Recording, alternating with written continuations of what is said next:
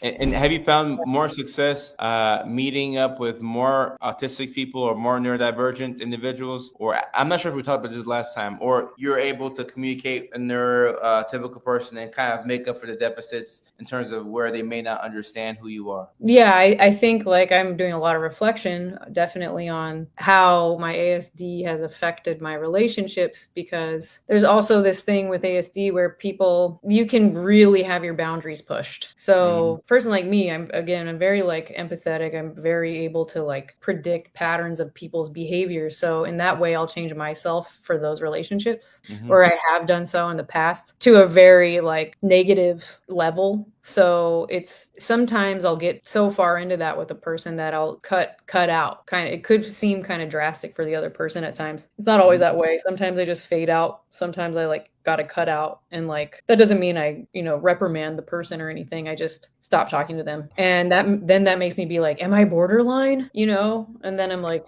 because I can't like figure out how to let this person who's not treating me well like stay in my life. It's so hard to at times to It is understand hard. someone else's behavior and whether or not it feels toxic or abusive to you, because I can make up every single excuse for them because I understand the Okay. basis of their personality issues. No, it makes sense, but the fact that you're even extending your empathy that far, then you have to give yourself some credit. And in the case of being borderline, now you could have a comorbid borderline personality disorder in addition to autism. I'm sure there's people who fit that criteria. I've seen that before, but just off of not being able to sustain a relationship with somebody who you have to question, call that borderline. But borderline people with borderline personality disorder could do that, if that makes sense. Yeah, I definitely think like why I don't have borderline is that I'm not creating kind of like imaginary situations with me and another person when they're not there. And I think this happens with borderline where it's like, oh, this person doesn't want to talk to me all of a sudden. And then they start creating this reeling, anxiety ridden story. And then they get mad at you.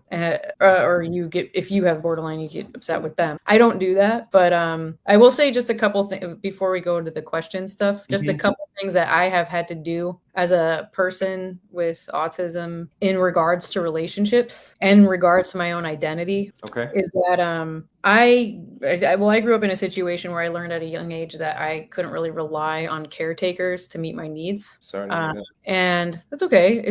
And I was probably high functioning enough to where they couldn't see those needs. So a big part of my personal journey has been learning self-awareness and self-realization, I should say. So it's a very spiritual path that I've decided to take in my life, which means having a level of autonomy and studying things like non-attachment, because the most important thing to human beings are relationships. That's the most important thing. But we'll create these toxic dynamics or codependency type relationships because we don't feel full in ourselves. We haven't learned to love ourselves yet. We haven't learned to be the partner that we want to be, which means like go live the life that you want, that your ideal partner would have. But the way that I had to get there was through a lot of practice of non-attachment, which meant you can't take it personally. You can't take what people do to you personally, even when it hurts, when you're blaming them for your